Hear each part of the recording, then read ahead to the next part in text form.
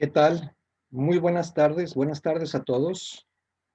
Primeramente quiero agradecer al comité organizador por permitirme estar aquí con ustedes esta tarde para compartir el tema del protocolo y hacer pública una felicitación, pues no voy a decir mi edad ni los años que tengo de experiencia en mi ramo profesional, pero ya soy veterano y es la primera ocasión que veo un evento con estas características. De verdad, muchas felicidades y lo hago públicamente y mi reconocimiento y mi admiración.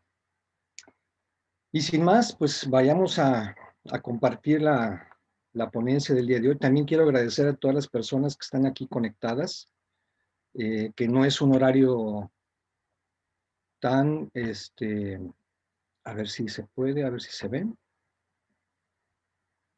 ¿Se está viendo ahí? Sí, doctor. Sí, doctor. Sí. Perfecto.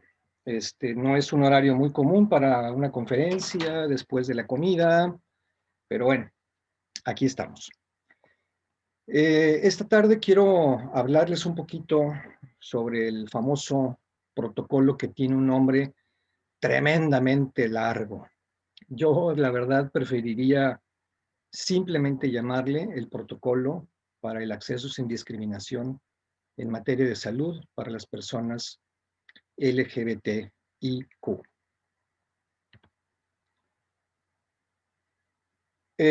Los hospitales, unidades médicas de salud o unidades familiares han estado presentes, están y lo seguirán estando durante muchos años. De la misma manera, la población ha estado, está y esperemos seguir estando y manteniendo un vínculo muy estrecho en esa relación médico-paciente u hospital-comunidad. Seguramente entonces muchos de ustedes se preguntarán, ¿por qué entonces elaborar un protocolo sanitario para las personas LGBT si ahí han estado desde hace muchísimos años? Y eso es verdad. La diversidad sexual no es algo nuevo, no es algo que se esté poniendo de moda, no es una ideología, es algo que ha estado ahí a lo largo y ancho de toda nuestra historia y nuestra prehistoria. Ya mucho lo ha comentado, empezando con Tania, hablando de las diversas muestras de identidad de género a lo largo de la historia. No voy a hacer ya mucho hincapié en ello. Los Maú en Polinesia, los Mushes en México, los Hijra en la India, Shanit en Arabia, los dos espíritus en Estados Unidos de Norteamérica, en la Grecia antigua, 400 años antes de Cristo, Hipócrates ya hacía mención sobre los citas y llegó a narrar sobre la Venus Castina, que era una deidad dedicada a consolar el alma atormentada de una mujer que estaba encerrada en el cuerpo de un hombre. En la Roma antigua, 200 años después de Cristo, Heliogábalo también fue un gran emperador romano que solía presentarse a su gente con atuendos femeninos y que llegó a ofrecer importantes sumas de dinero a aquel equipo médico que lo dotara con genitales femeninos. Desde el punto de vista de la orientación sexoafectiva, pues también han sido muchísimos los puntos que podemos comentar a lo largo de la historia. No me voy a detener más en esto, aunque me encanta a mí hablar de la historia, como se podrán dar cuenta. Desde esta antigüedad hasta la edad moderna, pasó la sociedad y la civilización por un periodo extraordinariamente complicado, casi 850 años, donde la Iglesia Católica ejerció un poder muy estricto sobre la sociedad, donde bloqueó la información, donde bloqueó el cultivo de las ciencias, de las artes, porque la desinformación y la ignorancia del pueblo es la forma en la que tenían ellos para ejercer su dominio. Desde el siglo XII, la Iglesia Católica emprendió una guerra contra los albigenenses y los cátaros en la parte media de Francia y Alemania. Los cátaros eran cristianos muy ortodoxos que se oponían a los intereses económicos y políticos de la Iglesia Católica. Entonces ellos emprendieron esa cruzada para acabar con ellos, llamándoles herejes. Qué curioso, ¿no? Que la palabra hereje significa aquel que piensa de manera libre. Qué curioso, ¿verdad? Sin embargo, no fue hasta el siglo XV, con los reyes católicos, cuando se instaura el Santo Oficio de la Inquisición Española por el Papa Sixto IV, donde ahí sí ya fue el acabose. No solamente arremetieron contra los herejes, se fueron contra los judíos, los musulmanes, las brujas, evidentemente contra los homosexuales y contra toda aquella persona que ejerciera con libertad su sexualidad. Sobra decir que también la llevaron por encuentro científicos, pensadores, filósofos, pintores. No olvidemos que personalidades como Miguel Ángel, Leonardo da Vinci, Copérnico, Galileo, fueron personas que estuvieron a puntitito de caer en la hoguera por la Santa Inquisición. El prohibir era su negocio y prácticamente se prohibió todo. Se prohibió inclusive bañarse, ¿sí? Bañarse, ducharse, como dicen en España. Hay reyes que no se bañaron nunca, o se bañaron una o dos veces, porque el agua era una representación pagana, y que la gente viera y tocara sus cuerpos desnudos, caray, pues era una incitación a la carnalidad. Entonces se prohibió cualquier acto de sexualidad, solamente se permitió la sexualidad con fines reproductivos y siempre y cuando no hubiera un orgasmo de por medio. Vaya por Dios. Desde estas épocas, a finales de la Inquisición, surgió en España y en Francia un movimiento contrario, que fue el Renacimiento, a finales del siglo XVI y XVII. Iban más o menos a la par. Acordémonos que en México el Santo Oficio de la Inquisición se cerró en 1821, en el siglo XIX, o sea, antier, jóvenes, todavía teníamos Inquisición aquí en México. Y el Renacimiento fue formado por pensadores, por científicos, por escritores, quienes no estaban de acuerdo con esa censura asfixiante que ejercía la Santa Inquisición. Entonces, poco a poco fueron ganando terrenos hasta que la Inquisición cayó y prevaleció el Renacimiento y la Ilustración. Sin embargo, cae el Imperio Español, que era el más importante. Ahora surge el Imperio Británico como el imperio más importante en el mundo, muy cerquita del cierre de la Inquisición. Vean los años en los que vivió este hombre, prácticamente al final de la Inquisición. Este doctor, Sir William Acton, fue un doctor británico al servicio de la reina Victoria, una reina extraordinariamente mocha, súper católica y súper conservadora. Y por ende, los médicos a su servicio, pues eran igual de conservadores y actuaban y estudiaban de esa manera o bajo esos preceptos llenos de prejuicios y llenos de conservadurismo. Y ustedes saben que lo que decían los médicos británicos en ese entonces era ley en todo el mundo. Sir William Acton condenó, por ejemplo, la masturbación. Y lo que era antes un pecado, masturbarse, ahora se volvió una enfermedad. Es decir, se cambió ese juego del mito y el rito. Ya Michel Foucault lo describió como la Inquisición biomédico-social. Lo que antes era pecado, ahora era enfermedad. Y la masturbación generaba locura, generaba retraso mental y fue condenada por los médicos.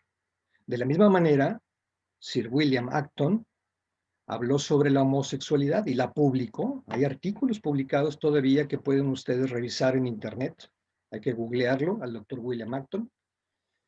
Y dijo, la homosexualidad tiene 3 causas posibles. La primera de ellas, que el papá haya sido una persona que se masturbó durante su juventud. Así es que cuando el papá llegaba con el médico y le decía, doctor, ayude a mi hijo porque es homosexual. Muy bien, señor. ¿Usted se masturbó? Sí, doctor. Bueno, pues no hay nada que hacer. La culpa es suya por haberse masturbado. La segunda causa de homosexualidad era que a la señora, a la mujer, se le permitió tener relaciones sexuales y llegar a un orgasmo durante el embarazo. Por esa razón, al joven se aficionó a ver el pene erecto muy cerca de él. Y la tercera causa de homosexualidad era el estreñimiento intestinal. ¿Sí? El estreñimiento intestinal. Porque los homosexuales voluntariamente se estreñen para tener excrementos grandes y voluminosos. Así de increíble y tan llenos de prejuicios eran los médicos de la época victoriana. Todo esto pueden leerlo, les invito a que compren, no es fácil, un libro que se llama Médicos Fabricantes de Angustias de Alex Comfort y donde narra cómo fue esa transición del pecado a la enfermedad, donde el médico culpaba a los mismos pacientes por ejercer libremente su sexualidad. A finales del siglo XIX, el doctor Magnus Hirschfeld, en Alemania, él vivió en Berlín, fue pionero en los estudios de la sexualidad humana. Inicia los estudios sobre la homosexualidad y funda el Comité Científico Humano en 1897, cuyo lema era justicia a través de la ciencia.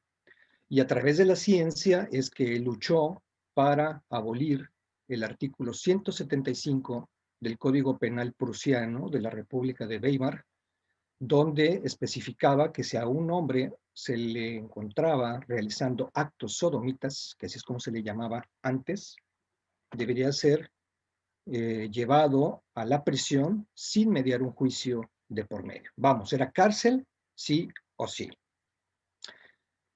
El doctor Magnus Hirschfeld en sus memorias tiene un par de anécdotas muy interesantes cuando visitaba en Viena a su gran amigo, el doctor Sternbach, donde el doctor en Viena se dedicaba a curar o a intentar curar la homosexualidad, aplicándoles lo que él llamaba el elixir de la virilidad.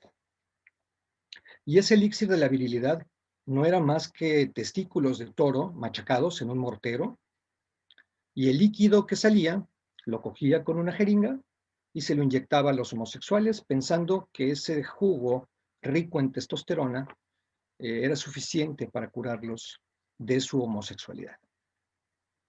De la misma manera, el doctor Magnus Hirschfeld acuña la palabra intersexual y fue el primero en utilizar la palabra travestista.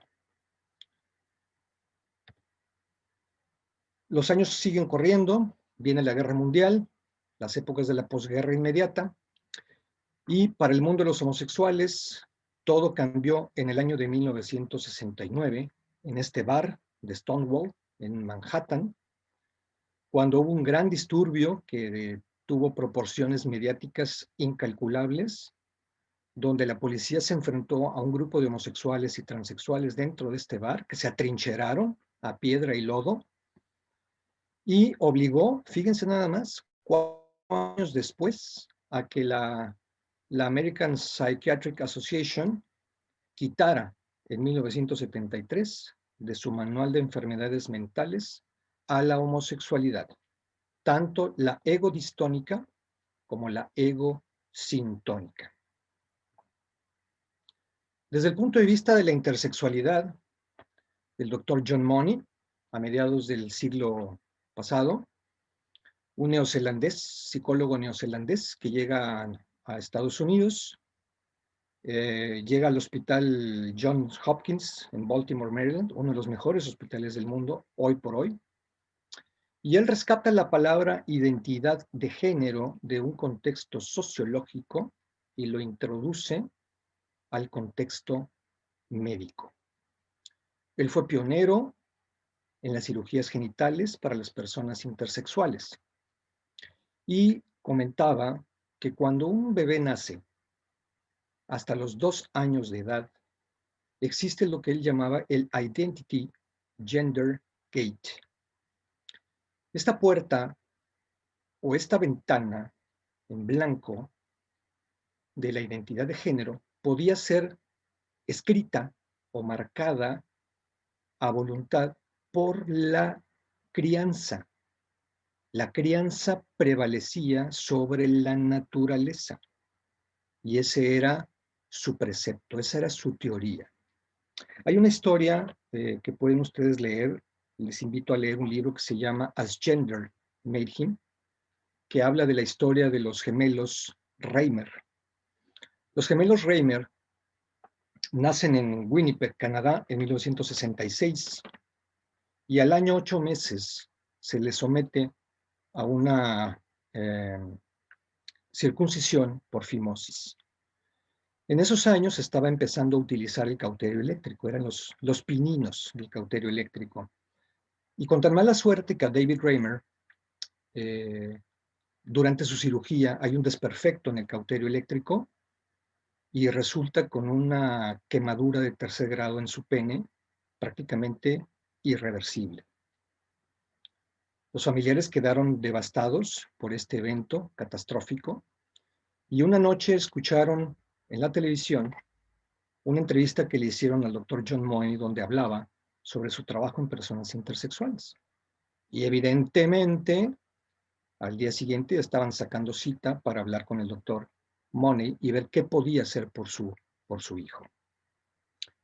El doctor John Money les propuso y les dijo, caray, pues su hijo está condenado a tener una vida miserable porque nunca va a poder comprobar y demostrar su virilidad. Va a tener una vida con depresión, una vida llena de ansiedad y es muy factible que termine suicidándose. Lo que yo les propongo es que aprovechemos que todavía está dentro de ese Identity Gender Gate y lo criemos como niña. Los padres que estaban entre la espada y la pared aceptan y bueno, al año 8 meses, David Reimer le hacen una castración, una orquiectomía, perdón por el término, y cae sobre de él toda una serie de psicoterapias, citas con el endocrinólogo, citas con el psiquiatra, se le inculca el rol femenino, pero David Reimer nunca se identificó como una mujer. Hablando del tema de la transexualidad, más o menos en esas épocas, el doctor Alfred Kinsey elabora en los Estados Unidos, en la época de la posguerra, más de 5,000 encuestas en hombres y más de 5,000 encuestas en mujeres, donde se mete a su intimidad más profunda. Les pregunta sobre su sexualidad, si se masturbaban, si tenían fantasías sexuales, si alguna vez habían tenido relaciones homosexuales. Vaya, para la época fue un enorme atrevimiento auspiciado por la Fundación Rockefeller. Él produjo su escala de Kinsey, todavía utilizada y considerada hasta la fecha, donde la orientación sexual no es solamente homosexual y heterosexual, hay muchos puntos de por medio. Sin embargo, al doctor Kinsey le llamó la atención que desde la época de Magnus Hirschfeld solamente existía homosexual y travesti. Pero encontró unos hombres que decían que querían ser mujeres, que ellos se sabían mujeres y se sentían mujeres y que querían vivir como mujeres. Y confundido pues fue a visitar a California el doctor Harry Benjamin, quien se interesa por la situación, comprende y decide ayudar a estas personas, eh, llamándoles y popularizando la palabra transexual. Él fue el primero en introducir el tratamiento hormonal a través del Premarin, que fue el primer anticonceptivo utilizado ya en los años 50, y fue su equipo quienes desarrollaron las primeras cirugías genitales, no en Estados Unidos, porque estaban prohibidas. Se hicieron en Tijuana, con un cirujano plástico de alto renombre, el doctor Barbosa. Sin embargo, se dieron cuenta que cuando pasaban los años, estas personas transexuales, pues terminaban suicidándose. Y el doctor Benjamín se preguntaba y decía, pero ¿por qué se suicidan si les estamos ayudando a ser la mujer que me dicen que son? Lo que sucedía era que se les estaba obligando a encajar en ese modelo dicotómico y construido socialmente sobre la mujer de los años 50. Una mujer con cabello largo, maquillada, con senos prominentes, caderas anchas, sumisa, callada, que atendía a su esposo, que estaba en su casa cocinando, etc. Y muchas de esas personas nunca se les preguntó hasta dónde querían llegar en su transición. Muchos años después, y gracias al gran trabajo desarrollado por instituciones en Estados Unidos como Gender Spectrum o el National Center for Gender Spectrum Health, fue que se pudo comprender que, al igual que la orientación, el género no es blanco y negro, hay muchos puntos de por medio.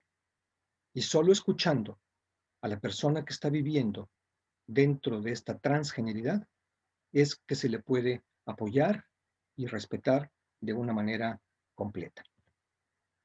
Todavía, hace un par de años, en España, los médicos seguíamos patologizando la transexualidad y se anunciaba en el periódico de Madrid a bombo y platillo que entraba en funcionamiento la unidad de trastornos de identidad de género, patologizándolo. Y solo fue gracias a una enorme lucha social de las asociaciones civiles en España, en Argentina, en Chile, en México, en Holanda, en muchos países del mundo, y a través de enormes trabajos científicos bien desarrollados, bajo un buen protocolo científico, como este caso de la doctora Robles en el Instituto Nacional de Psiquiatría, publicado en la revista Lancet, que se logró que finalmente se quitara la palabra transexualidad de el Manual de Enfermedades Mentales de la Asociación Psiquiátrica Americana. Solamente queda actualmente la palabra disforia a partir del 2014. Quiero hacer un comentario aquí.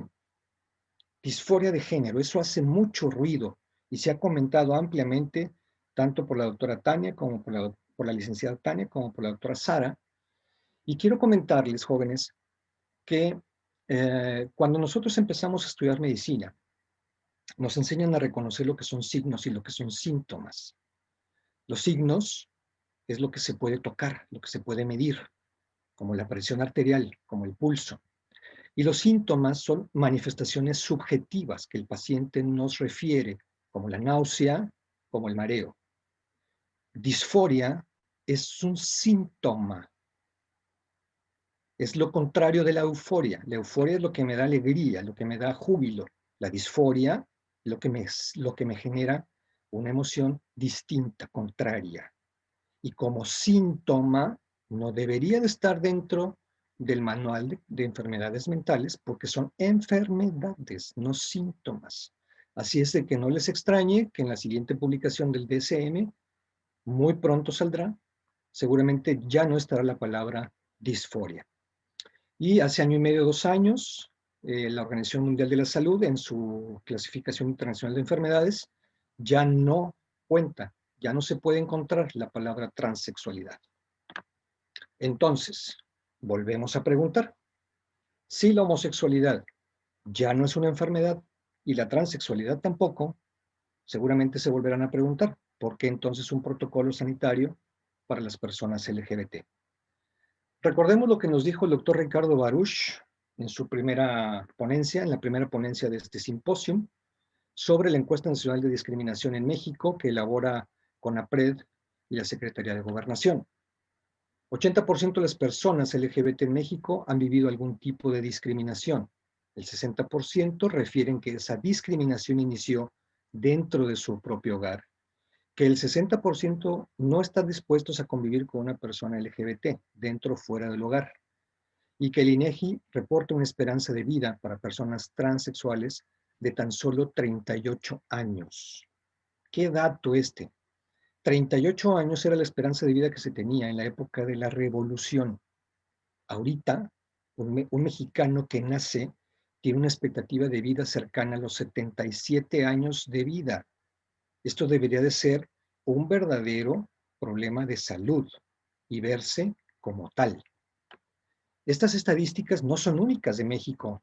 El Instituto Williams, que pueden consultar su página en línea, es la Escuela de Derecho dependiente de la Universidad de California en Los Ángeles, es la institución que maneja las mejores estadísticas LGBT a nivel mundial.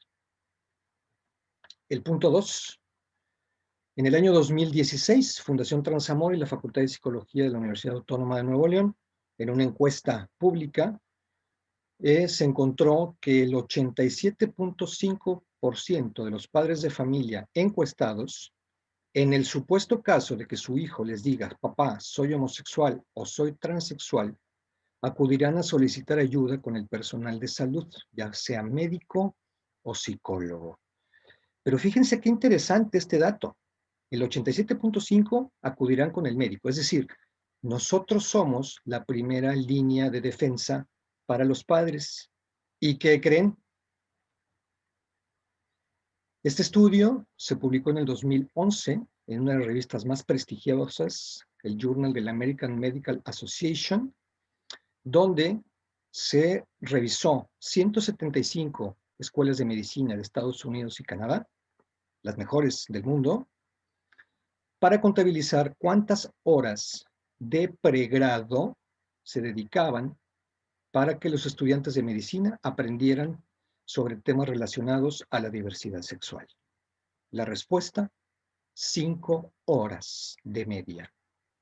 Si eso sucede en las mejores escuelas del mundo, ¿cómo estaremos en América Latina?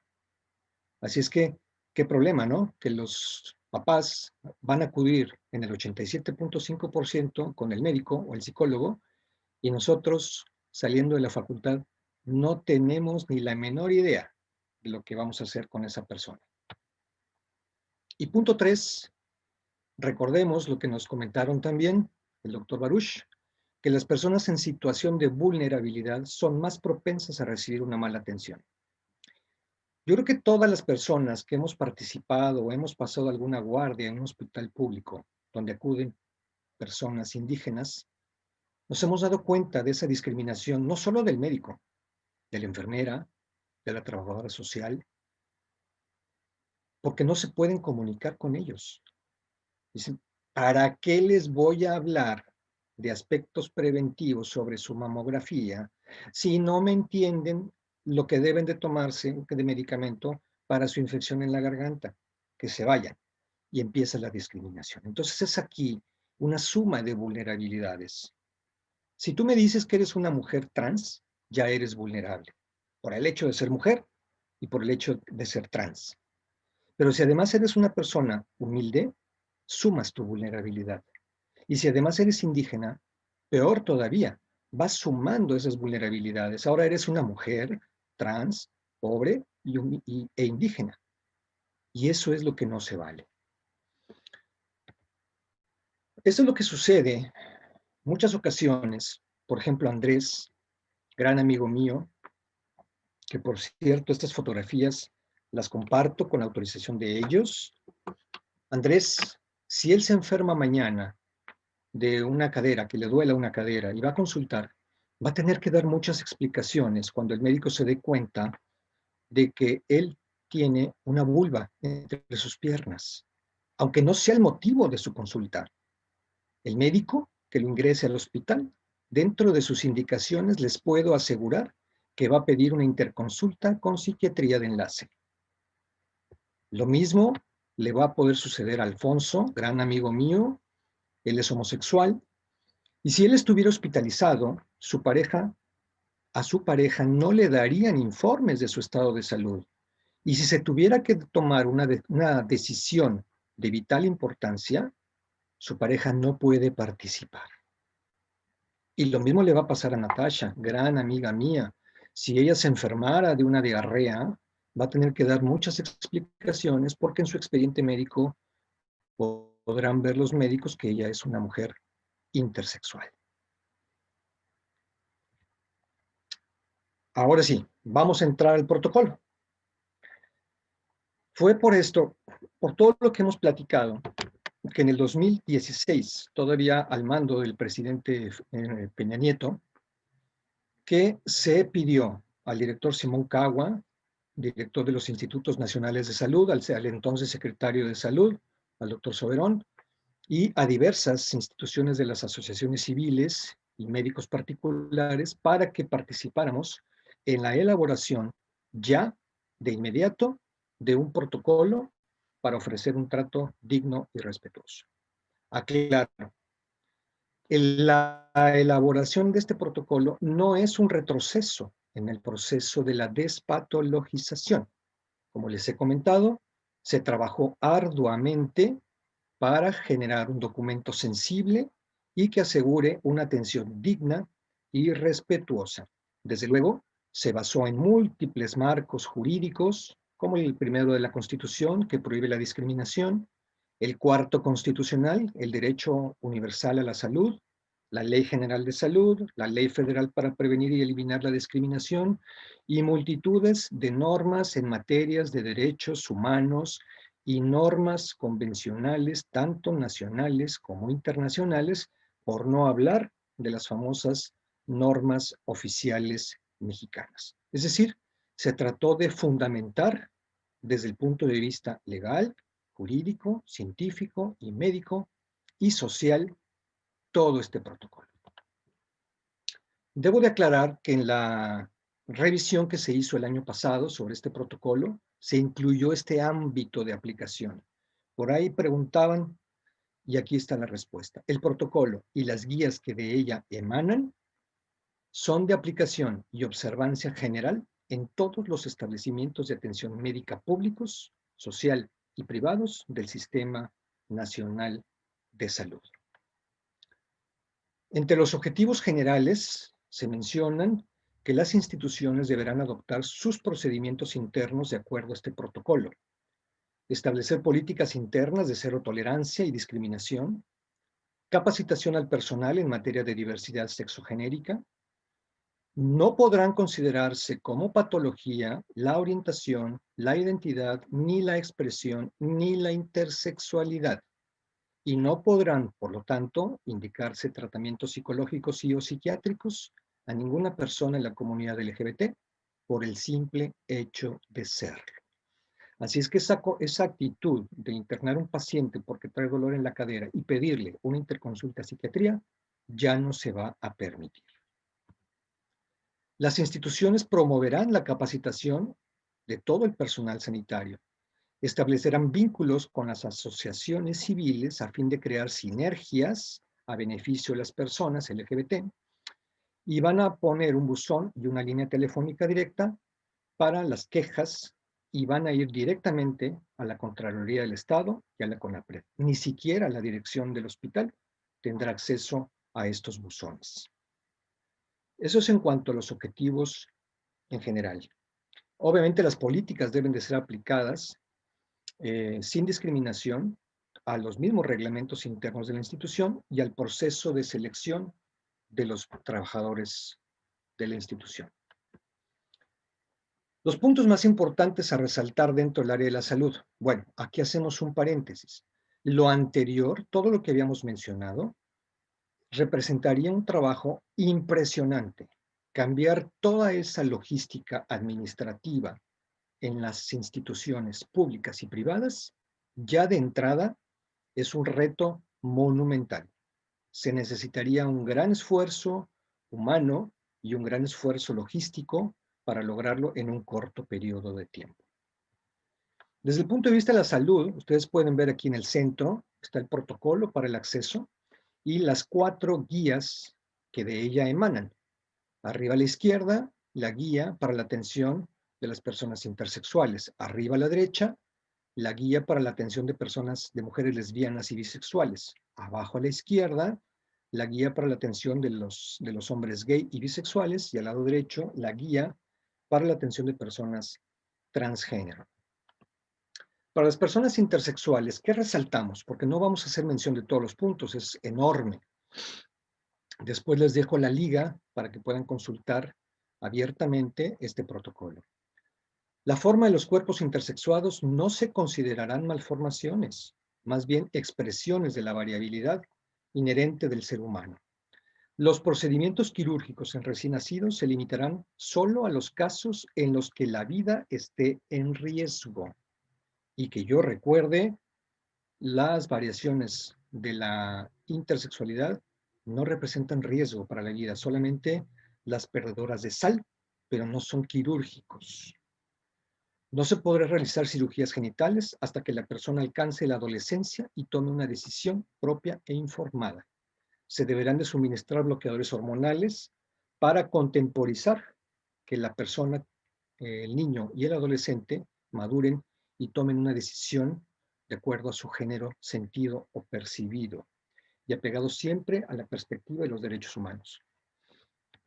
Quiero decir, el punto más importante, que no se va a permitir ya las cirugías correctivas genitales urgentes. Aquí no hay ninguna urgencia, jóvenes. La urgencia es del pediatra o del neonatólogo, porque allá afuera están los familiares esperando las noticias y el pediatra no va a saber qué decirles. Entonces, no es una urgencia médica, es una urgencia administrativa, como también lo es la elaboración del certificado de nacimiento. La enfermera no va a saber qué ponerle. Entonces los médicos se asustan, empieza el corredero de gente y quieren saber qué van a poner en ese certificado de nacido vivo. En Alemania, por ejemplo, ya desde hace un par de años se permite poner la tercera opción a masculino y femenino, con la intención de permitir que estas criaturas crezcan, maduren y se les pueda poner a futuro de acuerdo a su género, sentido y percibido.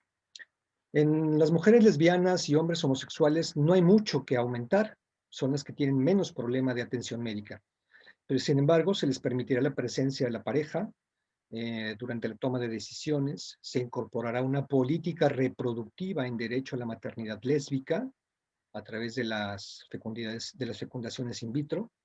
Se promoverá el esquema de vacunación, hepatitis B y virus del papiloma humano. Y el personal sanitario no podrá prescribir una evaluación psicológica por su orientación. Para las personas transgénero, el personal sanitario no podrá prescribir igualmente una evaluación psicológica. Un punto muy importante, se van a abrir los expedientes clínicos con el género, sentido de la persona y con el nombre con el que desee ser llamado, independientemente de su situación jurídica, tal como lo mencionó la licenciada Tania tan acertadamente. Se les ofrecerá el uso de bloqueadores hormonales a los preadolescentes, apertura de las consultas del psicólogo, del endocrinólogo, la disponibilidad de equipos de laboratorio y la disponibilidad de los medicamentos para la adecuación hormonal. En el 2017, el doctor Baruch y yo fuimos invitados a Colima para presentar este protocolo por primera vez en todo México ante todas las instituciones de salud públicas, privadas y facultades de medicina. Y cuando se les comentó todo lo que se tiene de por medio en este protocolo, pues su comentario fue, caray, doctor, pues es que es muy difícil, los presupuestos no alcanzan, las políticas internas, etcétera, etcétera, etcétera. Todo era un no. Yo soy de la idea y comparto este pensamiento de que para que este protocolo entre en funcionamiento no se requiere de una partida económica extraordinaria, sino de una suma de voluntades. Esa es la realidad. Se necesita voluntad. Y sobre todo, ahorita que tenemos tantos problemas de salud ajenos y que llevan la prioridad en el gobierno federal. Desde la transición política, la desaparición del Seguro Popular, la llegada de la pandemia, el desabasto de medicamentos. Todo esto ha hecho que el avance del protocolo en su proceso de aterrizarlo a las unidades médicas se haya frenado de una manera muy significativa. Volvemos a lo que comentaba ayer el ingeniero Iván Tagle, donde dice que a veces las cosas muy pequeñas para todos son grandes y enormes avances para las gentes vulnerables. El poner este letrero a la entrada de un hospital, como lo obliga en la Ciudad de México, no así en los estados de la República, créanme que es un gran avance. Si una persona trans va a ir a consultar a un médico porque le duele la cabeza, va con el miedo, híjole, ¿y qué me van a decir? Y no me van a señalar, a lo mejor me saca el policía y no me deja entrar. Pero si llegando ve este anuncio, créanme que va a decir, wow, qué alivio, al menos no me van a sacar del edificio. Son pequeños detalles que pueden cambiarle el día a una persona transexual. Lo mismo para los baños. Y si esta persona quiere ir al baño en la sala de espera, caray, no, mejor no voy porque entonces, ¿qué voy a hacer? Me voy a meter al baño de mujeres y me van a sacar. Es tan simple que las instituciones tengan un baño para todo género que a una persona trans le va a hacer el día, créanmelo. Son pequeños detalles que no implican un gran desembolso económico, que no implican más que la suma de las voluntades, como ya lo mencionamos. Se va a aperturar el expediente con el nombre y género percibidos y a través de ese nombre todas las solicitudes de laboratorio, referencia, contrarreferencia, interconsultas, para que no exista más el miedo de que cuando llegue la persona a esperar su turno en la consulta, va a estar con la angustia, ay, madre mía, y si me dicen Juan, yo no me voy a parar, porque yo no soy Juan, yo me llamo María. Entonces van con una angustia por lo del baño, que si los sacan del edificio, es humillante que les llamen con su nombre, con el nombre de pila, que no les gusta con su nombre legal. Y mucho menos hablemos de la medicina preventiva. Si las personas trans no acuden a un hospital por miedo a todo lo que ya mencionamos, tampoco se acercan para ser beneficiarios de las políticas de prevención del gobierno federal, público o privado. Las mamografías, por ejemplo, los equipos ahí están, ya están pagados. Ahora son mamografías digitales, no hay un consumible, es decir, una mamografía ya no tiene costo para el hospital. Sin embargo, siendo la detección del cáncer de mama un programa prioritario del gobierno federal, no se ha incluido a las mujeres trans que ya están hormonadas y que han desarrollado una glándula mamaria. Ellas también tienen el riesgo de cáncer de mama. Tampoco se les incluye a los hombres trans que aún no han pasado por una mastectomía y también tienen el riesgo de un cáncer de mama. Y es simplemente la negación. No, ¿por qué no? Ahí está el mamógrafo. Tampoco se incluye a las mujeres trans que no han sido operadas genitalmente a participar en el programa de detección temprana del cáncer de próstata, como tampoco se ha invitado a los hombres trans a participar en los programas de detección temprana, perdón, del cáncer cérvico-uterino. Los laboratorios clínicos ahí están. Frecuentemente se hacen estudios hormonales para las personas que tienen menopausia o para aquellas personas que tienen un hipogonadismo primario o secundario. ¿Por qué no hacérselos a una persona trans? Ya está ahí el insumo. La apertura de la consulta del endocrino, ahí está. Ahí está la consulta del psicólogo. ¿Por qué no utilizarlos para una persona trans? Aquí está la liga para que vean el protocolo. Después se los compartimos ahí en el chat. Entonces es cuestión de voluntades, jóvenes, no es cuestión de recursos. Sí, desde luego, es una gran labor la que se tiene que hacer a nivel hospitalario, a nivel institución, para poder cambiar toda esa mentalidad que lleva años y años y años.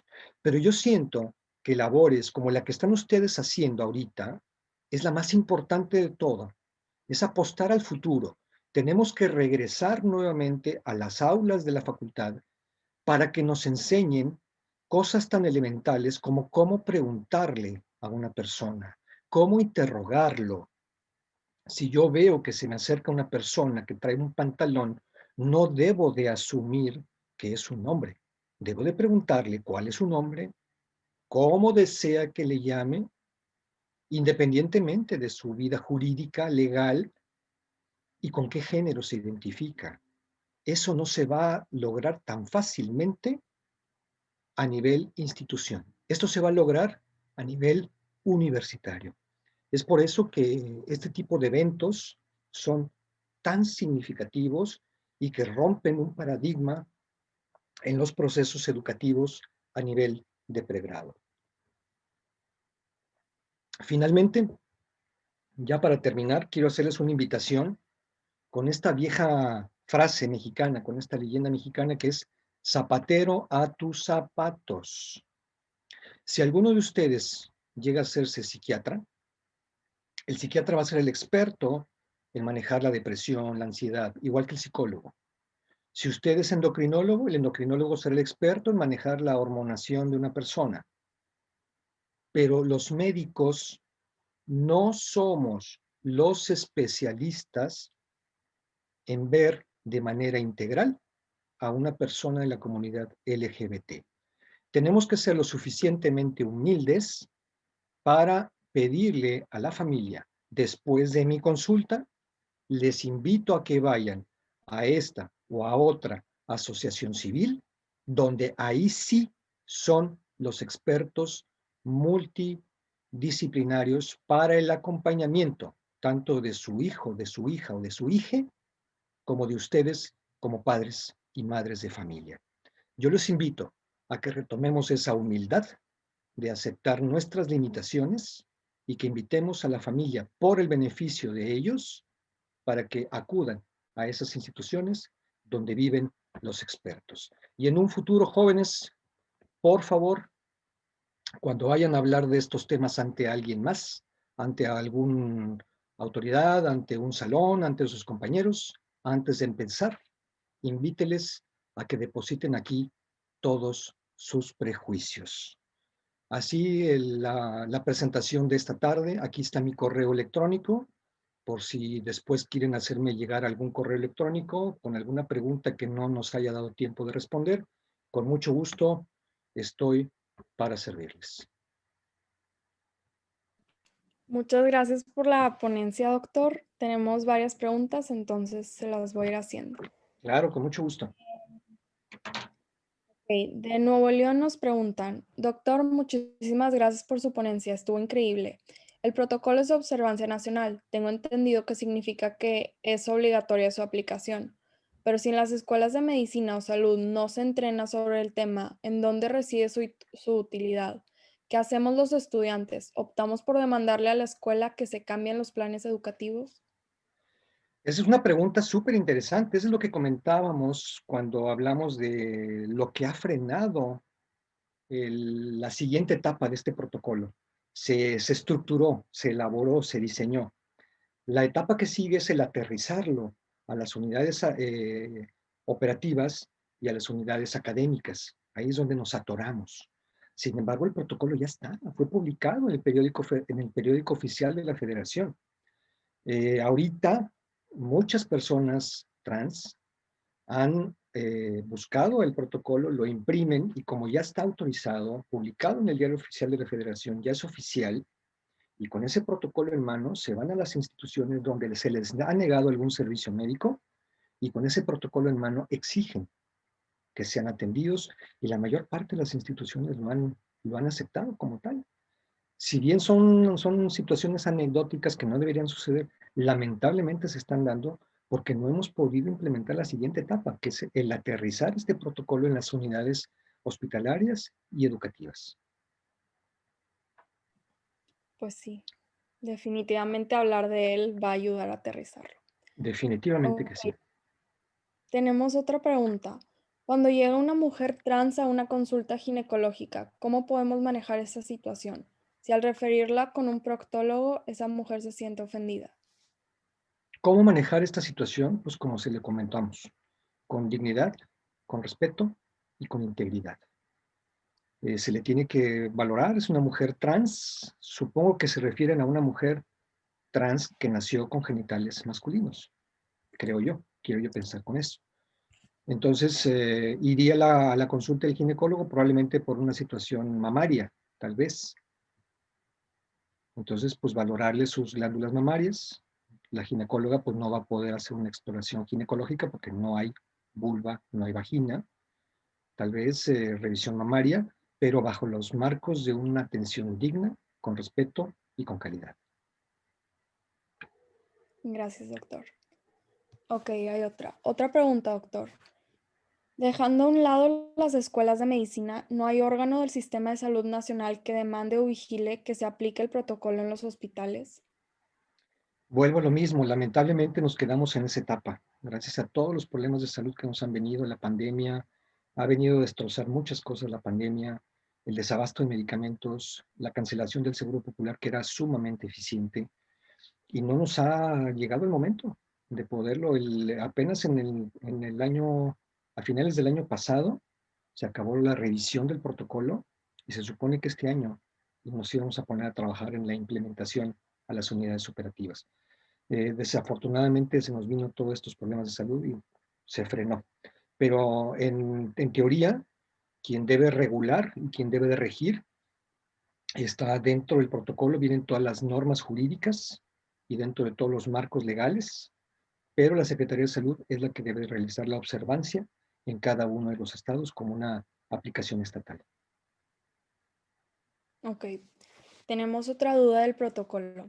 Buenas tardes, doctor. Saludos desde Chiapas. Este protocolo lleva 3 años actualizándose. ¿Qué y cuánto o qué hace falta para que empecemos a ver resultados de su implementación?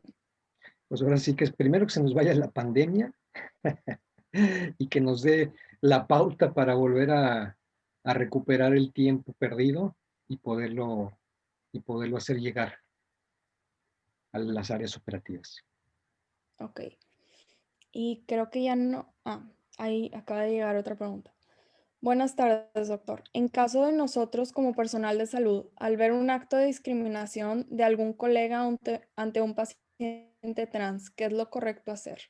Bueno, ahorita desde luego no están esos buzones directamente conectados a la Contraloría, pero sí existe la opción de poner una denuncia en línea directamente a la CONAPRED, a la Comisión Nacional para Prevenir la Discriminación, o ante la Comisión Nacional de Derechos Humanos, donde se puede evidenciar, sobre todo si hay testigos y todo esto, hacer una denuncia eh, anónima, inclusive se pueden hacer, para poder ponerle freno a este tipo de circunstancias que no deberían de presentarse bajo ningún, bajo ningún, bajo ninguna causa, vaya.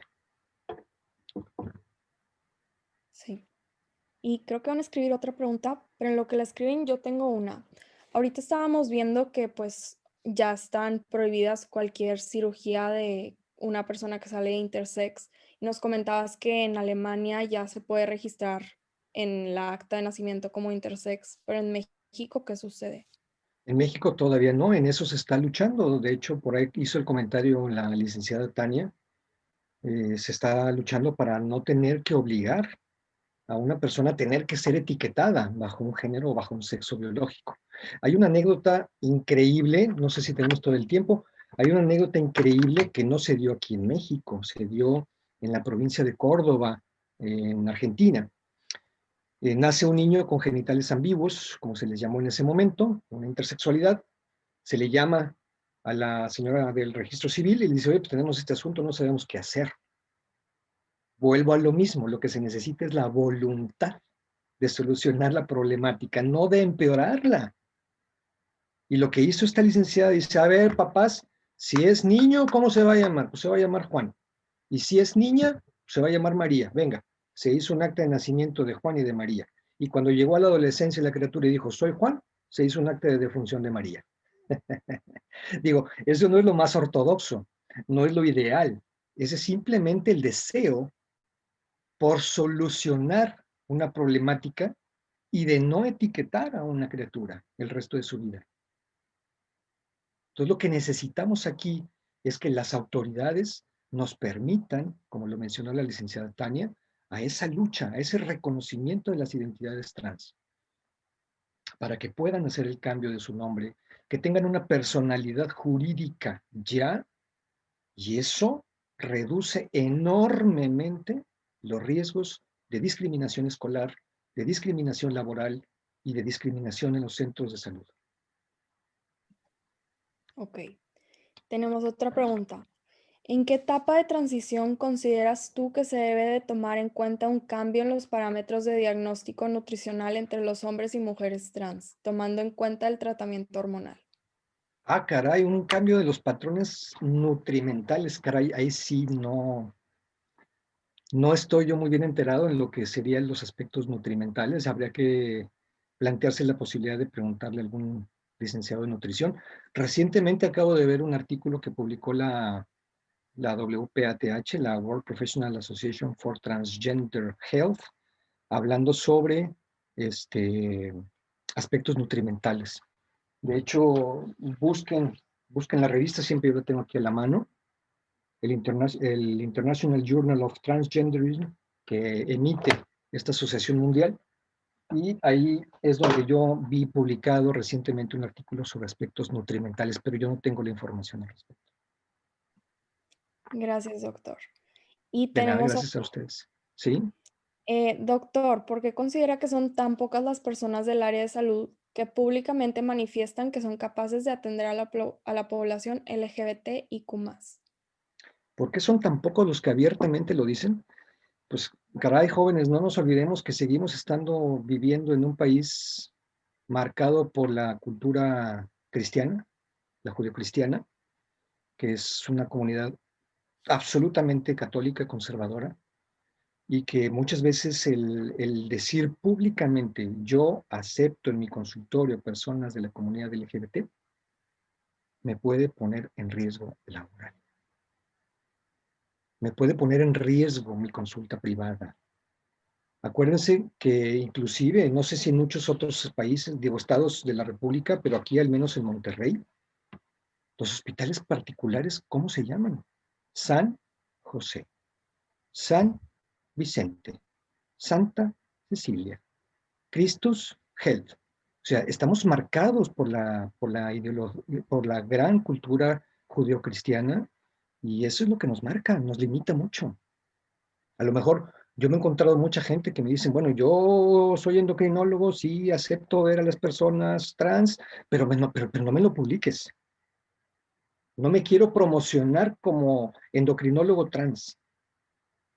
Yo los veo, pero mira, calladito. ¿Sí? Yo creo que eso es el estigma social, que sigue siendo un enorme tabú, todo lo que está a la par de lo que es la sexualidad reproductiva. Ya no digamos la diversidad, simplemente la sexualidad reproductiva es un tabú enorme. Se los prometo, hace no más de 3 meses me tocó ver en el consultorio una señora que se cayó, se golpeó el hombro, porque el esposo la empujó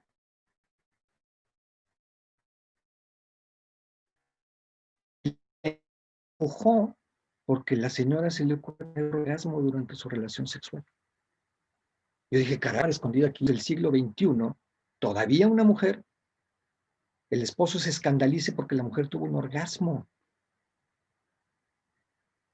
Entonces todavía estamos inmersos en el siglo XXI en una enorme cultura de lo prohibido, del tabú, mucho menos en la atención médica, mucho más en la atención médica.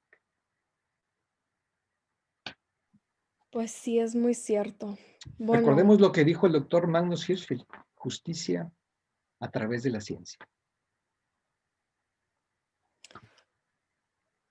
van a escribir otra pregunta. Sí, la esperamos, Luis. Doctor, mientras emiten esa pregunta, yo quería agradecerle por su ponencia, estuvo increíble, impresionante. Personalmente fue mi favorita ya de las 7. Yo le quiero decir o pedir un consejo para los estudiantes de medicina o de salud. ¿Qué emitiría como un mensaje así como rememorativo de su sesión? Lo puse en la última diapositiva. Los invito, de veras, a que seamos lo suficientemente humildes para reconocer que nosotros no somos los especialistas en estos temas. Yo, por ejemplo, una vez fui a dar una plática, no digo el nombre, se dice el pecado, no el pecador. Me invitaron a una ponencia en una universidad aquí en Monterrey y me dice la directora, ay, doctor, usted es psiquiatra, ¿verdad? No. ¿Cómo que no es psiquiatra? No. Bueno, pero es psicólogo. Pues no, no soy psicólogo. Pero entonces, ¿cómo viene usted a darme esta plática? Pues ¿y usted quién le dijo? Que para ser el especialista tengo que ser psiquiatra o psicólogo. Les recuerdo, muchachos, no existe la transexología en ninguna universidad, como tampoco existió nunca la homosexología. Yo creo que qué pena que la plática de ayer se suspendió, qué pena, es una plática súper interesante, pero mientras no se incluya la sexualidad humana en el currículum oficial, no como materias extras, no como un curso extracurricular, no. Cuando se incluya el tema de la sexualidad humana en los currículums de la Escuela de Medicina y de Psicología, entonces vamos a poder lograr que estas cosas avancen. Mientras tanto va a estar bien difícil, bien difícil. Yo entiendo que los papás digan que el PIN parental, yo tengo el derecho de educar a mis hijos. Estoy de acuerdo, en la primaria, en el kinder, si ustedes quieren, pero no a nivel universitario. La sexualidad humana es parte de la salud del ser humano en todos los ámbitos. Si nos delimitamos a decir la salud es la ausencia de enfermedad, estamos mal. Acordémonos de la definición de salud de la Organización Mundial de la Salud. El grado máximo de bienestar físico, psíquico, social, y no solo la ausencia de enfermedad. Y en lo social y en lo psíquico entra la sexualidad. Mientras tengamos ese vínculo por ignorancia, sexualidad es igual a coito, estamos en la lona. La sexualidad es todo lo que nos envuelve, lo que nos permite relacionarnos ahorita. Yo con Marcela, Marcela con Octavio, Octavio con Joel, estamos ejerciendo nuestra sexualidad al comunicarnos, al relacionarnos socialmente. Y mientras no aprendamos en un curso de sexualidad humana que el sexo no es igual al coito, pues está muy difícil que avancemos en. Muy difícil. Perdón, la pregunta. No, muchas gracias, doctor. Muy acertada. Ok, tenemos dos.